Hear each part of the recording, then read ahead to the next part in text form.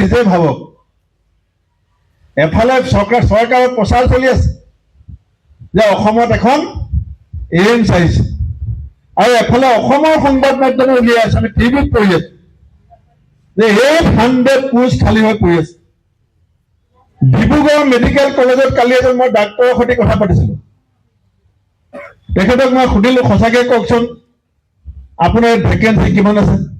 Sir মই নকওঁ, আজিকালি মোবাইলৰ ৰেকৰ্ডিং হয়, ক'ৰবাত ওলাই গ'লে মোৰ দিগদাৰ হ'ব। বোলে এনেই কওকচোন, মই নকৰোঁ ৰেকৰ্ডিং। বোলে নহয় মই নকওঁ। তাৰপিছত মই ক'লো কেনেকৈ? ক'লে হোৱাটছআপ কল কৰক। তেতিয়া মই হোৱাটছআপ কল কৰিলো, 8টা বিভাগত তাত ডাক্তৰেই নাই, 8টা ডিপাৰ্টমেণ্টৰ ডক্তৰেই নাই। এতিয়া গুৱাহাটীত আপুনি খবৰ ল'ব, হাৰ্টৰ যদি প্ৰব্লেম হয়, গুৱাহাটীত খবৰ ল'ব, হাৰ্টৰ প্ৰব্লেম হ'লে মানুহে প্ৰথম লক্ষ্য হৈছে হেল্থ চিটি। যদি নাৰ্ভ জাতীয় প্ৰব্লেম হয়, মানুহৰ প্ৰথম হৈছে GNRC। আকৌ চৰকাৰে কৈ আছে স্বাস্থ্য খণ্ডত অসম দেশৰ ভিতৰতে নেতৃত্বত আছে। যদি স্বাস্থ্য খণ্ডত অসম দেশৰ ভিতৰতে নেতৃত্বত আছে, তে মানুহে হেল্থ চিটি আৰু GNRC লৈ কেলৈ গৈ আছে? আনকি অলপ দিনৰ আগতে তপন গগৈ ডাঙৰীয়া ভৰি ভাঙিছিলে, বিজেপি তেতিয়া MP আছিলে। পেপাৰত পঢ়িছো তেওঁ গৈ প্ৰাইভেট নাৰ্ছিং হোমত ভৰ্তি হৈছে। এতিয়া MP-য়ে যদি প্ৰাইভেট নাৰ্ছিং হোমত ভৰ্তি হ'ব লাগে, তেতিয়াহ'লে অসমৰ স্বাস্থ্য খণ্ডত কি অৱস্থা হৈ আছে আপুনি নিজে কওক। আৰু এই কথাখিনি যদি নোকোৱাকে আমি মনে মনে থাকো, আমিওতো কেৰেক্টাৰলেছ বুলি ক'ব যে বিৰোধীৰ চৰিত্ৰই নাই, এওঁলোকে সঁচা কথাবিলাক নকয়, এওঁলোকে বিৰোধীৰ কেৰেক্টাৰটো বহন নকৰে। সেইকাৰণে আমি এই কামখিনি কৰি আছো। মই বহুত দীঘলীয়াকৈ নকওঁ, মই ধন্যবাদ দিম যে ইমান ৰাতিপুৱা বৰষুণে দি আছে মই আহি পোৱালৈকে। আমি আহি পোৱাৰ পাছত আমাৰ মনবিলাক ভাল কাৰণে বতৰটো অলপ ভাল হৈছে, মনবিলাক ভাল চবৰে, এইক্ষেত্ৰত বতৰটো অলপ ভাল হৈছে। আৰু আপোনালোকে মই দেখিছো সংখ্যাগতভাৱে মই ইমান চিন্তা কৰি থকা নাই। মই জানো মই জোৰকে এটা ফোন কৰিলে জিলা আৰু ব্লকে ইয়াতকৈ ডাঙৰ মিটিং পাতিব, মই এইটোলৈ চিন্তা কৰি অহা নাই।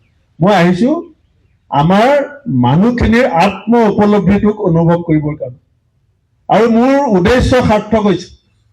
আৰু মই এইখিনি চব ৰেকৰ্ডিং কৰি লৈছো যে আমাৰ অসমীয়া জাতিটোৱে বৰ্তমান অনুভূতি কেনেকুৱা, অনুভৱ কেনেকুৱা, চিন্তা কেনেকুৱা, দিশটো কোনফালে যাব বিচাৰিছে। ৰাইজৰ মনত ক্ষোভ আছে।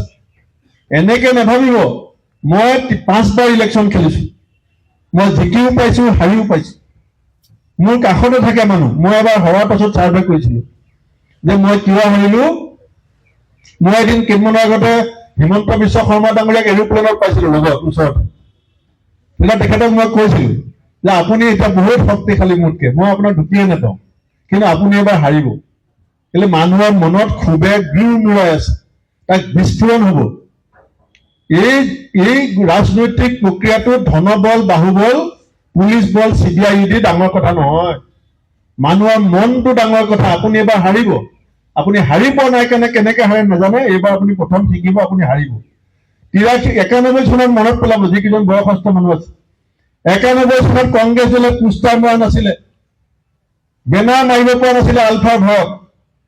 এই ডিব্ৰুগড় তিনিচুকীয়াত কংগ্ৰেছ মানুহ ঘৰৰ পৰা ওলাব পৰা নাছিলে। আমাৰ বহুত যুৱ প্ৰজন্মই নাজানে, ব্লক প্ৰেচিডেণ্টে খবৰ ল'বা, সুধি ল'বা চবকে।